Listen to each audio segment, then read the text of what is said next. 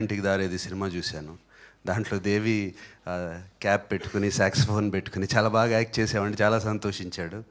And Attarintiki Daredi cinema గురించి మాట్లాడటానికి మా అందరికీ నిజంగా ఇప్పుడు రిలీజ్ చేయడానికి దావ చూపింది. మంచి సినిమా ఉంటే పైరసీ కానీ ఏది ఆపదు.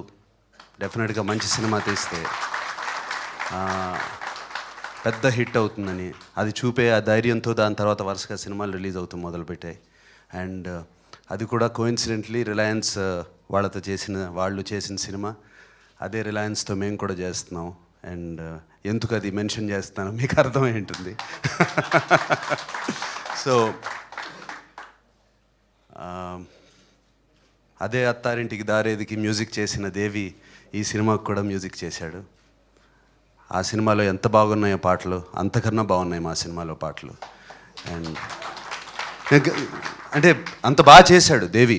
ప్రతి సినిమాకి ఎప్పుడు తగ్గుతాయి అనుకుంటే ఎదుగుతూనే ఉంటాడు. నేను మన్మధుడు అప్పుడు నాకు చేశాడు, దాని తర్వాత మాస్ చేశాడు, దాని తర్వాత కింగ్ చేశాడు.